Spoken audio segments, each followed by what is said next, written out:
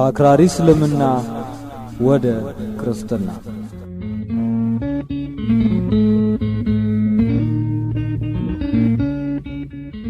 እውነተኛ ታሪክ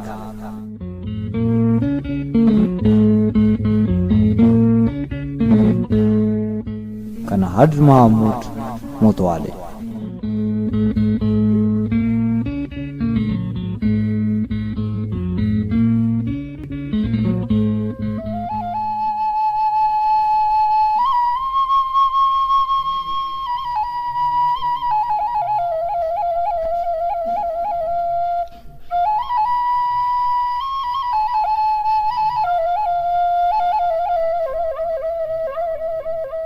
ጌታዬን አየሁት።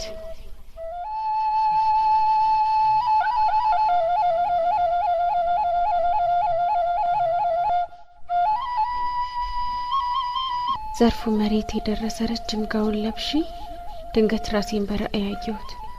ጋውኑ ግራጫ መልክ ሲኖረው በብር የተሸለመ ሆኖ ረጃጅም እጅጌዎች አሉት። ያደረኩትን ቀሚስ የመሰለ ሰፊ ቀበቶ ወገቤ ላይ ታጥቄያለሁ። ተመሳሳይ ቀለም ያለው ሻሽም በራሴ ላይ አስሬ ነበር። በለበስኩት ልብስ በጣም ከመደሰት የተነሳ ይህን የመሰለ ልብስ ያገኘሁት መቼ ነው እያልኩ ራሴን እጠይቅ ነበር። እንደዚህ ያለ ጋውን ከዚህ በፊት አይቼ አላውቅም። ያን የመሰለ ውብ ነገርን በህይወቴ አላጋጠመኝም። አስገራሚ ነው። ዝቅ ብዬ ስመለከት ባዶ እግሬን ነኝ። ነገር ግን ቀሚሱ ረጅም ሆኖ እግሬን ስለሸፈነልኝ ግድ አልነበረኝም። መሬቱን ሳየው አስደናቂ መልክ ነበረው፣ ደማቅ አረንጓዴ። እንደዚህ አይነት ውብ ቀለም ከዚያ በፊት አይቼ አላውቅም። እንደዚህ አይነት ለስላሳ ነገርም ገጥሞኝ አያውቅም። ይህ ለስላሳ መስክ ምን እንደሆነ ለማወቅ ስለፈለኩ በእግሬ ደጋግሜ ፈተግ አደረኩት። ምንጣፍ ነው ልበል? ኧረ ፈጽሞ ሐር መሆን አለበት። ከዚያም ቃላት ሊገልጡት የማይቻላቸውን ድንቅ ነገር እመለከት ዘንድ አይኖቼን አነሳው። ይህ አሁን የማየው ነገር በምናባችን ብቻ የምንስላቸውን ቤተ መንግስቶች ይመስላል። እረ እንዲያውም ከዚያ በላይ እጅግ አስደናቂ ነው። ይህ ነገር በሀሳባችን ልንደርስበት ከምንችለው በላይ ነው። እጅግ ታላቅ የሆነ ቤተ መንግስት ከፊት ለፊቴ ይታየኛል። ረጃጅም አምዶች አሉት። የአምዶቹን ጫፍ አይን ሊደርስበት አይችልም። አምዶቹ በሚያምር ሐር የተንቆጠቆጡና ውብ ብርሃን የሚፈነጥቁ ናቸው። አካባቢው በጣም ታውዷል። አዎ ይህን መዓዛ አውቀዋለሁ። ከሳሚያ ጋር ስለ ክርስቶስ ስንነጋገር የሚያውደን መዓዛ ነው። ይሄኛው ግን ከዚያም ይበልጣል። ቀስቀስ ያለ ንፋስ በላይ ላይ ሲነፍስ ተሰማኝና ልቦናዬ በሐሴት ተሞላ።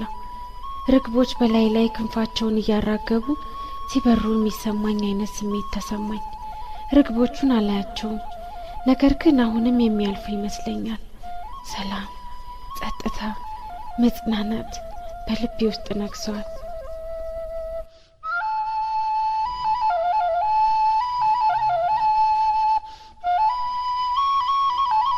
በዙሪያዬ በተዘረጋው መስክ ላይ ወዲያና ወዲህ ስል በድንገት በመካከሉ ላይ ረጅምና ሰፊ ከሆነ ዙፋን ፊት ደረስኩ። ከኋላው የቤተ ክርስቲያን ዶም የመሰለ ነገር ይታየኛል።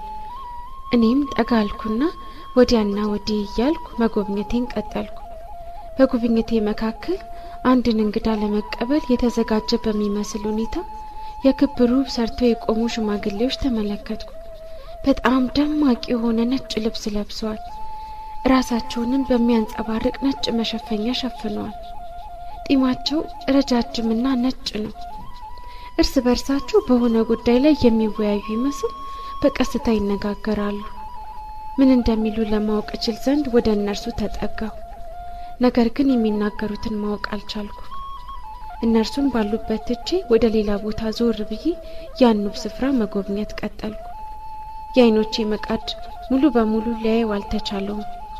ያ ስፍራ ፈጽሞ ዳርቻው ሊታይ አይቻልም። በዚህ መካከል በድንገት አንድ ሰው ብቅ አለ። እንዴትና ከየት እንደመጣ አላወቅኩ። ያ ሰው ወደዚያ ታላቅ ዙፋን ሲያመራ እነዚያ ሽማግሌዎች ለእርሱ ተንበረከኩ። እርሱ ይሄዳል፣ ነገር ግን በመሬት ላይ በእግሩ ሲሄድ አይታይም። በደመና ወይም ጥላ በመሰለ ነገር ተጭኖ የሚሄድ ነው የሚመስለው። በዚህ ሁኔታ ወደ ዙፋኑ ደርሶ ተቀመጠ። እንዴት አስደናቂ ነገር መሰላችሁ! ለካ ሳላስቦና ልብ ሳልለው እኔም እርሱን በመከተል ላይ ነበርኩ። እስከ ዙፋኑ ድረስ ተከትዬው ሄድኩና እግሩ ስር ተደፋው። እንግዳና ምስጢራዊ የሆነ ስሜት ወረረኝ። ደስታ፣ ፍርሃት፣ እርካታ፣ ሰላም ተቀላቅሎ ይሰሙኛል። ኤሌክትሪክ የያዘኝ ይመስል ኃይለኛ ንስረት በሰውነቴ ተሰማኝ። ራሴን መቆጣጠር አልቻልኩም። እናም ከቁጥጥሬ ውጭ በሆነ ሁኔታ እንቀጠቀጥ ነበር። ይህ ምስጢራዊ ስሜት ምንድነው ስል ራሴን ጠየቅኩት። ከነዚህ ሽማግሌዎች ጋር አብሬ የሰገድኩለት ይህ ማን ነው? ማንነቱን ለማወቅ እችል ዘንድ አንገቴን ቀና አድርጌ ማየት አለብኝ አልኩና ኃይሌን ሰብሰብ አድርጌ ቀና ብዬ አየሁት። እግዚኦ! ምንድነው ባካችሁ የማየው? በጭራሽ ልገልጠው አልችልም። እርሱን ልገልጥባቸው የምችልባቸው ተስማሚ ቃላት ማግኘት ይቸግረኛል። የሚያበራ ገጽ፣ ይህ ስምነ በረድ የመሰለ ነገር ምንድነው? ይህ ውበት ምንድነው? የፊቱ ገጽታ ላስተዋለው የደከመውና የታከተው ይመስላል። ቀጭን በቀለማት ያሸበረቀ ልብስ ለብሷል። በግራ ትከሻው ላይ እንደ ደም የቀላ የአንገት ልብስ ጣል አድርጓል። ወርቃማ ጸጉሮቹ በትከሻዎቹ ላይ እንደ አጥላስ ተዘናፍለው ወርደዋል። ለምን ግን እንደዚህ ያዘነ አልኩኝ በልቤ። አይኖቹ ተከድነዋል። እጆቹ ጉልበቱ ላይ አርፈዋል። አንገቱ ዘንበል ብሏል። የሚገርመው ነገር አንዴ ካዩት በኋላ አይንን ከርሱ መንቀል አይቻልም። አንድ ነገር የሚፈልግ ይመስላል። ገጽታውን ሳየው ደስተኛ አይመስልም። ፊቱ በሐዘን ተሞልቷል። ይህ ታላቅ ሰው ማን ነው እያልኩ ደጋግሜ ራሴን እጠይቅ ነበር። እንዲህ ያለ ውብ ንጉሥ አይቼም ሰምቼም አላውቅም። ይህንን ታላቅ ሰው ያሳዘነው ማን ይሆን?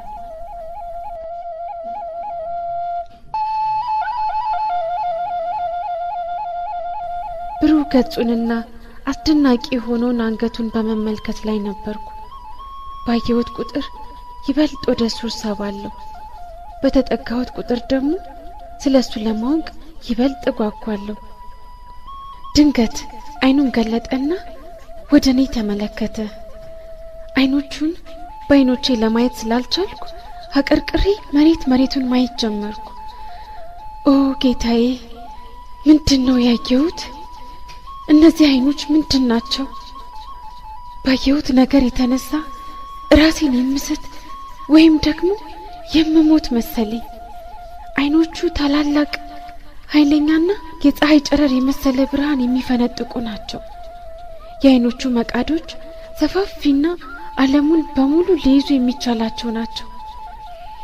ቀለማቸው እንደ ጠራ ሰማይ ወይም ደግሞ በአረንጓዴ ቀለም የተለወሰ ውሃ ይመስላሉ። እንደ ኤሌክትሪክ እየነዘሩኝ በውስጥ የሚያልፉት እነዚያ የብርሃን ጨረሮች ምንድን ናቸው? ለአፍታ እንኳን ችዬ ላየው አልቻልኩም። በሚገባ ማንነቱን ለማወቅ ወደድኩ። ደግሞ በልቤ ውስጥ አንዳች እንደወዱ የሚያደርገኝ ነገር አለ። ላየው በጣም እፈልጋለሁ። እናም ያለ የሌላ አቅሜን አሰባሰብኩና ራሴን ቀና አድርጌ አየሁት። ኦ እንዴት ያስደንቃል! ትኩር ብሎ ይመለከተኛል። ወደ እኔ ይበልጥ የቀረበ መሰለኝ። እንዴት ያለ ገጽ ነው! ፍቅር፣ እርጋታ፣ ጽን።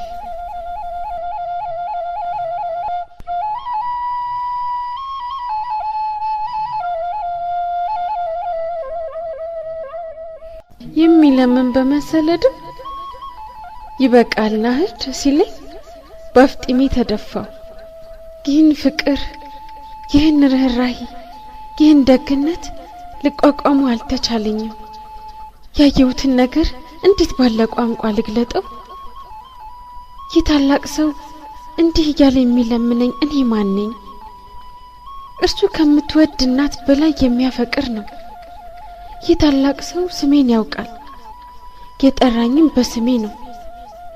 እርሱ በሚገባ ያውቀኛል ማለት ነው። ነገር ግን ይበቃል ናህድ ሲል ምን ማለቱ ነው? የተናገረውን ነገር ልረዳው አልቻልኩም። ልጠይቀው ይሆን አልኩ። ፈጽሞ እንዲህ ያለውን ሰው ሊጠይቁት የሚያስችል አቅም አይገኝም። እርሱ ሊታዘዙት ብቻ የሚገባ ነው። እነዚህ ሐሳቦቼ በህሊናዬ ተመላለሱ። ደግሞም እኮ ለጥያቄው አፋጣኝ ምላሽ መስጠት አለብኝ። ራሴን አረጋጋሁና አዎ ይበቃል፣ እረ ይበቃል ብዬ መልሱን ሰጠሁት። እርሱን ለማወቅ ይበልጥ ስለጓጓው አቅሜን አሰባስቤ ለሶስተኛ ጊዜ ላየው ፈለግኩ። እናም ቀና ብዬ ሳየው ወደ እኔ ይበልጥ ተጠግቷል። በቀደሙ አይነት ፍቅር፣ ደግነትና ርህራሄ ያየኛል። አሁንም በልመና መልኩ እርግጠኛ ነሽ ናህድ ሲል ጠየቀኝ። በነፍሴ ውስጥ የተሰወረውን ፈልፍሎ የሚያይ ይመስል የአይኖቹ ጨረሮች ውስጤን ዘልቀውኝ ሲገቡ ይታወቀኛል። ለሁለተኛ ጊዜ እግሩ ስር ተደፋው። ይህን የመሰለ ፍቅር፣ ይህን የመሰለ ደግነትና ርህራሄ ገጥሞኝ አያውቅም። ይህ ሁሉ ለኔ ነው? ይህ ታላቅ ንጉሥ ለኔ ይህን ያህል ትኩረት ይሰጠኝ ዘንድ እኔ ማን ነኝ? እንደገና ከራሴ ጋር በሐሳብ መከራከር ተመለስኩ። እርግጠኛ ነሽ ያለኝ ምኑን ነው? ምን ማለቱ እንደሆነ ግልጽ አልሆነልኝም። ነገር ግን በማናቸውም ነገር ልታዘዝለት ዝግጁ ነበርኩ። ምን ማለት ነው ብዬ መጠየቅ አላሻኝም። ራሴን ቀና ሳላደርግ ባለውበት አቀርቅሬ አዎ እርግጠኛ ነኝ ስል መለስኩለት።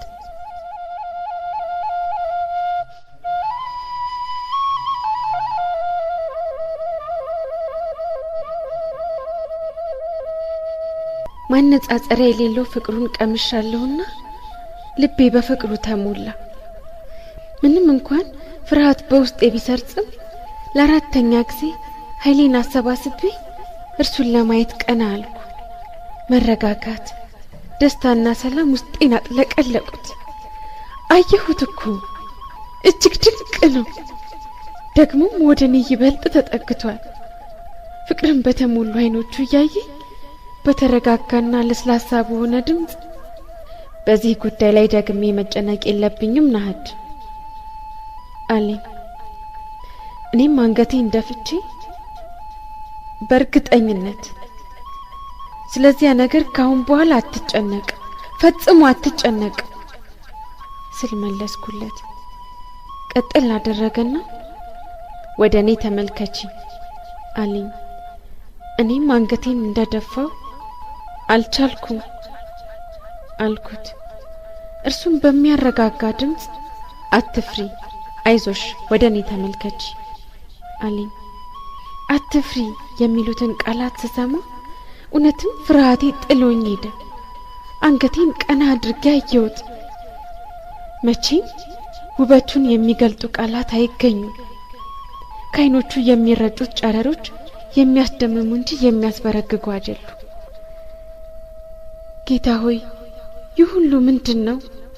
ፍቅር፣ ደግነት፣ ልስላሴ፣ ርህራሄ፣ ንጽህና፣ ቅንነት፣ ያየሁትን ሁሉ ዘርዝሬ ለመግለጥ ፈጽሞ ያስቸግረኛል።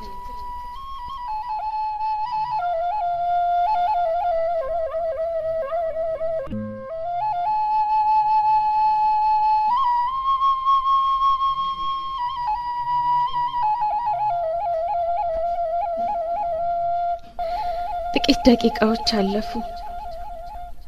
አሁንም እርሱን በማየት ላይ ነበርኩ። ቀስ በቀስ ወደ እርሱ እየተጠጋሁ ነው። ከዚያም ለስለስ ባለው ድምፁ ምን እያየሽ ነው ሲል ጠየቀኝ። እየፈተነኝ ይሆን እንዴ ብዬ አሰብኩ። ላፍታ ዝምታ ዋጠኝ። አሰብ ባደረኩና ሕፃን ልጅ ይታየኛል ስል መለስኩለት። ያን ጊዜ በፊቱ ላይ ይነበብ የነበረው ሐዘን ፀሐይ እንደመታው ደመና ተገፎ ጠፋ። ፈገግ ግን አላለም። ከዚያም እንደገና አይኖቹ በእንባ ተሞልቶ አየው። ቀጥሎም እንባው በልብሶቹ ላይ የሚያልፍ ወንዝ መስሎ ከአይኖቹ ሲወርድ ተመለከትኩ። እኔም አብሬው ለረጅም ሰዓታት ያህል አለቀስኩ። ሰውነቴ በብርቱ ተርገፈገፈ። በእርግጥ ውስጤ ደስታ ተሞልቶ ነበር። ትክክለኛውን ምላሽ በመስጠቴ ደስተኛ የሆነ ይመስለኛል። ጥቂት ተጨማሪ ደቂቃዎች ደግሞ አለፉ። ሰውነቴ አልጋዬን ሲመታው ታወቀኝ። ከዚያም ነቃሁ። አይኔን ስገልጥ ራሴን እንደመሳት ያልኩ መሰለኝ። የት ነኝ? የትስ ነበርኩ? እነዚያ ለብሻቸው የነበሩ ልብሶችስ የት ሄዱ?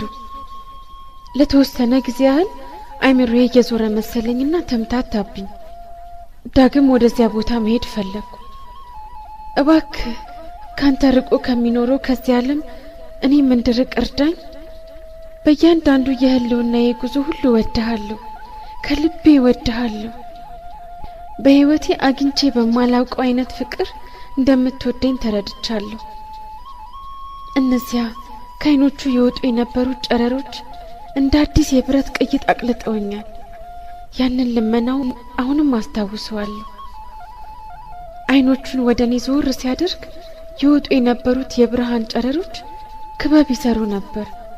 ረጋ ያለው ደግ ድምፁ አሁንም በጆሮዬ ያቃጭላል። ይህን ሁሉ ማሰብ በደስታ እንድዋጥ አድርጎኛል። እርሱ ከማንኛውም አይነት እሳቤና ማነጻጸሪያ ሁሉ በላይ ነው። እርሱ የሚያስደንቅ ህብር ነው። ደግ፣ ሩህሩህ፣ አፍቃሪ ቢሆንም ደግሞ ኃያል ነው። እርሱ ለመግለጥ መጀመሩ እንኳን ያስቸግረኛል።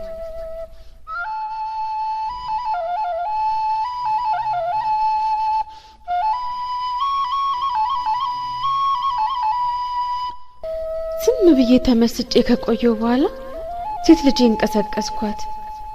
የህልሜ ነገር በእውነት የተፈጸመ ያህል ሆኖ ስለተሰማኝ እርሷም እንደኔው ያየችው መሰለኝ።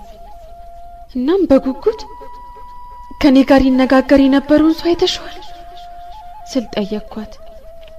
እንደ መወራጨት አለችና ቀሰስ ባለ ድምፅ እማዬ ድምፅሽን ዝቅ አድርጊው፣ ማነው ሲያወራሽ የነበረው አለችኝ። ያየሁትን ነገር ገለጥኩላት። ይህ መልአክ ነው፣ መልአክ መሆን አለበት ስትል ነገረችኝ። በምላሹ አልረካውም። በጭራሽ ያለችው እንዳልሆነ ልቤ ተረድቶታል። ማን እንደሆነ ውስጤን ገብቶታል። የተናገረኝ ቃል ምን ማለት እንደሆነ ተረድቼዋለሁ። እርሷን ተውኩና ወደ ወንድ ልጄ ጋር ሄጄ ለሴቷ ልጄ ነገርኳትን ነገርኩት። እሱም እንደርሷ ተደነቀ። እንደዚያ ባለ ሁኔታ አይቶኝ አያውቅም። እና እማዬ ድምፅሽን ቀንሺው፣ መልአክ ሳይሆን አይቀርም። የገለጽሽልኝ ነገር ከመልአክ ሁኔታ ጋር የሚመሳሰል የሚል ምላሽ ሰጠኝ። ነገር ግን ያለው ፈጽሞ አላሳመነኝም። እኔ ራሴ ለራሴ ማረጋገጡ ቢከብደኝም ያየሁት ማን እንደሆነ ገብቶኛል። ከፍ ብሎ የሚሰማውን የኛን ንግግር ሰምቶ ባለቤቴም ከመኝታ ክፍሉ መጣ። ለእርሱም ያየሁትን ነግሬ ማን እንደሆነ እንዲነግረኝ ጠየቅኩት። እርሱ ደግሞ ጻድቁ ዮሴፍ መሆን አለበት፣ እርሱ ተመሳሳይ የሆነ መልክ አለው አለኝ። ይህም ቢሆን አልተስማማኝም። እኔ እኮ ማን እንደሆነ አውቄዋለሁ። ያየሁት ነገር የሚያስደንቅና የተረዳ በመሆኑ ከሆነ አካል ማረጋገጫ ባገኝ ደስ ይለኛል።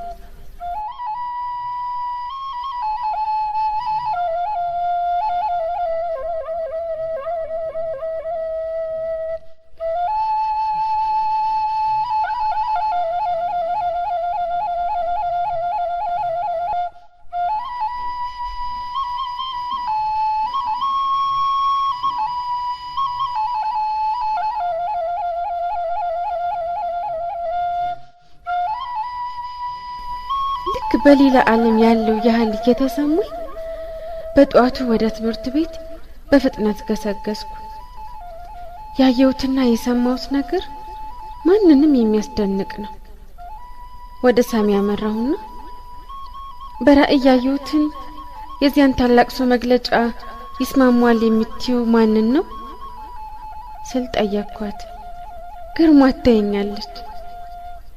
ያየሁትን ሁሉ አንድ በአንድ ዘርዝሬ መንገር ስጀምር ራሴን መቆጣጠር ተሳነኝና አለቀስኩ። በራእይ ያየሁትን ነገር አሁን ያየሁት ያህል ቆጥሬ ስተርክላት እጅግ እንቀጠቀጥ ነበር።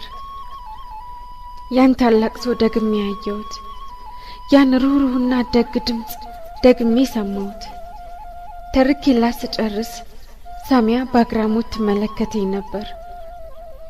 ቦርሷን ከፍታ የተወሰኑ ስዕሎች አሳየችኝ። ከስዕሎቹ መካከል የተወዳጁን የኢየሱስ ክርስቶስን ስዕል አነሳውና ያየሁት ይህንን ነው የሚመስለው፣ ያኛው ግን ከዚህ እጅግ የሚበልጥ ግሩም ድንቅ ነው አልኳት። የሳሚያን ምላሽ መጠበቅ አላስፈለገኝም። በእርግጥ ያየሁት ኢየሱስ ክርስቶስን እንደሆነ ካስተያየቱ አረጋግጫለሁ።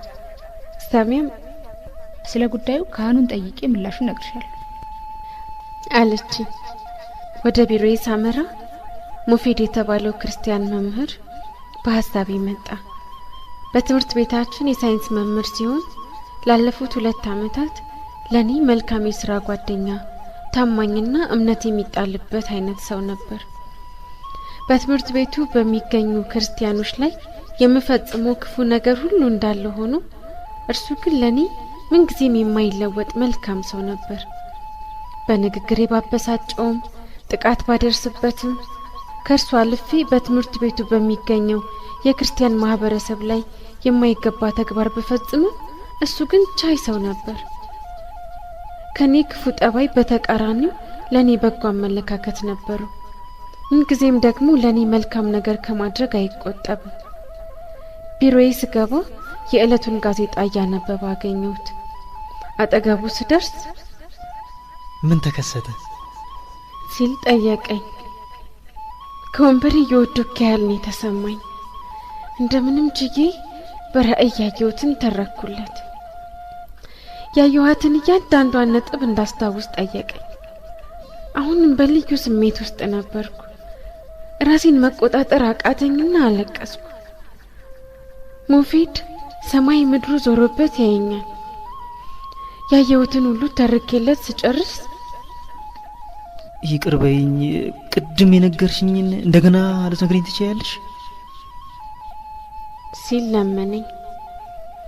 ደግሜ እንደዚያው ተረኩለት። አሁንም እንድደግምለት ጠየቀኝና ደገምኩለት።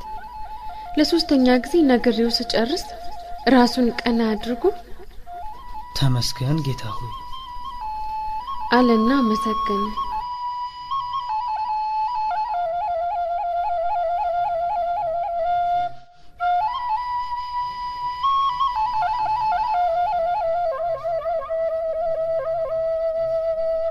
ከዚያም ወደኔ ዞር ብሎ ማን እንደሆነ በርግጥ ማወቅ ትፈልጊያለሽ ሲል ጠየቀኝ። እኔ ምን ጥርጥር አለው እፈልጋለሁ እንጂ ስል መለስኩለት። ረጋ ብሎ እርሱ ኢየሱስ ክርስቶስ ነው አለኝ። ምንም እንኳን አስቀድሜ ያየሁት ሰው ኢየሱስ ክርስቶስ እንደሆነ እርግጠኛ ብሆንም እርሱ ሲደግምልኝ ግን የበለጠ ተደሰትኩ። ውስጤን አንዳች ኃይል ተራምሷል። እናም እየተንቀጠቀጥኩ አለቀስኩ። ሙፊድ እንድረጋጋ ሊረዳኝ ሞከረ። ነገር ግን በቀላሉ ማረጋጋት እንዳልተቻለው ሲያውቅ በሩን ዘጋውና ክፍሉን ትቶልኝ ወጣ። አሁንም መረጋጋቴን ለማረጋገጥ ብቅ እያለ ያይኝ ነበር። መረጋጋቴን ሲያረጋግጥ ወደ ቢሮዬ ገብቶ ተቀመጠ። እኔም እርሱን ማየት ጀመርኩ። የሆነውን ነገር ሁሉ እያሰብኩ ክርስቶስን አየው ዘንድ እኔ ማን ነኝ? ክርስቶስ በዚህ መልኩ ያናግረኝ ዘንድ እኔ ማን ነኝ? እርሱ በለስላሳ በተረጋጋና በትሁት ድምፁ ይለምነኝ ነበር። ይበቃል ናህድ ሲለኝ ምን ማለቱ ነው? አሁንም ሩሄን የሳትኩ መሰለኝ። ይህ ሁሉ ፍቅርና ደግነት ለኔ አይገባኝም ነበርኩ።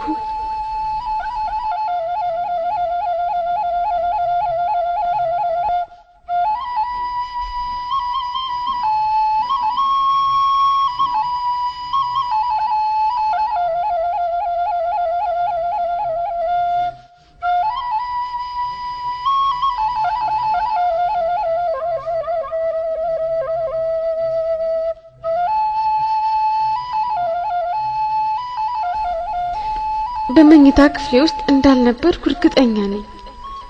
ችዬ ለመግለጥ በማልሞክረው አንድ ሌላ የተለየ ቦታ ውስጥ ነበርኩ።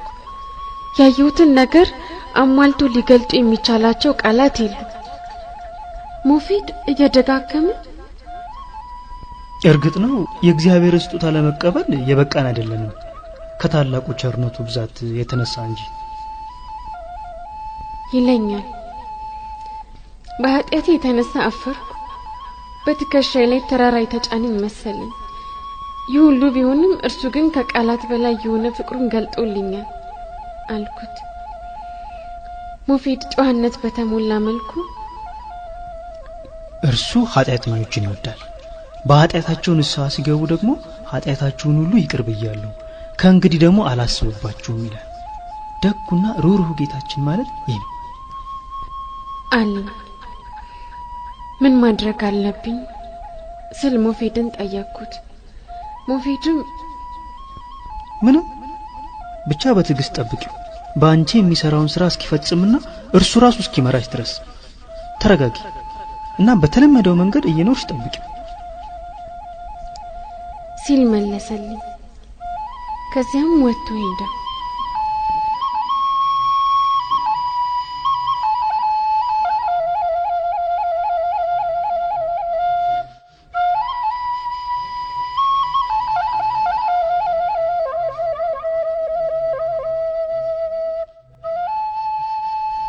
ቀናት ከቀናት በኋላ እየመጡ ተከታትለው አለፉ። የማስበው ነገር ቢኖር እነዚያን ብሩሃን አይኖቹን ነው። የሰማሁት ነገር ቢኖር ትሁት የሆነውን ድምጹን ነው። ጌታ ሆይ ለኛ ለኃጢአተኞች ፍቅርህ እንዴት ታላቅ ነው። አንድ ቀን እንዲህ ስል ከእግዚአብሔር ጋር መነጋገር ጀመርኩ። ልክ ከፊቴ የቆመ ያህል ነበር የሚሰማኝ። መፍቀሪ ኃጢያን እግዚአብሔር ሆይ እኔ በራሴ አፈርኩ። እንዲህ በብዙ በረከቶች ያጥለቀለከኝ ለምንድን ነው? ይህንን ጸጋ ያደልከኝስ ምን አድርጌልህ ነው? ከኃጢአቴ ብዛት የተነሳ ቀና ብዬ መሄድ አልተቻለኝም። አቤቱ አንተን ለማወቅ በማደርገው ፍለጋ እባክህ ምራኝ። ድካሜን ተረድተህ አበርታኝ፣ እርዳኝም። ለመሆኑ አንተን አይ ዘንድ ካንተ ጋር ስነጋገር ዘንድ እኔ ማን ነኝ እያልኩ በልቤ ስጸልይ ድንገት እንዲህ የሚል ድምጽ ሰማሁ። አንድ ተልእኮ አለሽ። የሰማሁትን ማመን አልቻልኩ። ነገር ግን ያው መልስ ዳግም ተሰማኝ። አንድ ተልእኮ አለሽ አለኝ። እኔም ተገርሜ እኔ ጌታ ሆይ አልኩኝ። ለሶስተኛ ጊዜ ያው ድምጽ አዎን አንድ ተልእኮ አለሽ፣ ተረጋጊ፣ በጽናት ቁሚ፣ አትቸኩይ፣ በነገሮችም አትደናገጭ አለኝ። ሰላምና መረጋጋት በውስጤ ሰፈነ። እግዚአብሔር ሆይ ሁለመናዬ ያንተ ነው፣ እንዳንተ ፈቃድ እንጂ እንደኔ አይሁን። ለምትፈልገኝ ዓላማ ሁሉ ይሄው ተጠቀምብኝ። ምንም ነገር አልፈልግም። የምፈልገው ካንተ ጋር መሆን ብቻ ነው። ገና ከመጀመሪያው ምን ያህል እንደምትወደኝ ተረድቻለሁ። እኔም የምትወደኝን ያህል እወድህ ዘንድ ሻለሁ። አንተም ማገልገል እንዴት ያለ ክብር ነው! እንዴትስ ያለስ ብኩርና ነው! እንዴትስ ያለ ደስታ ነው! እባክህ እርዳኝ ጌታ ሆይ፣ ላንተ ፍቃድ መገዛት እንድችል አጽናኝ። በልቦናዬ ውስጥ አንተ ብቻ ኑር። እስከ መጨረሻው ያንተ ነኝ። እስከ መጨረሻው ህቅታ ድረስ ላንተ የታመንኩ እንደሆነ እርዳኝ።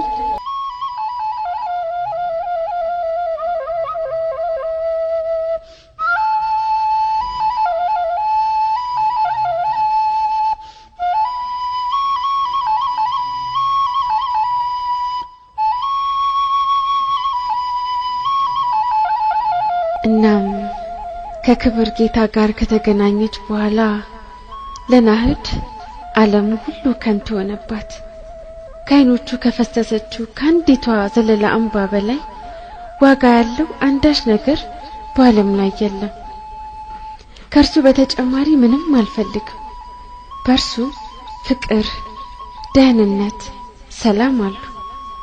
ሙሉነት ከእርሱ ይገኛል፣ ያውም ምንም የማይጎድለው ሙሉነት።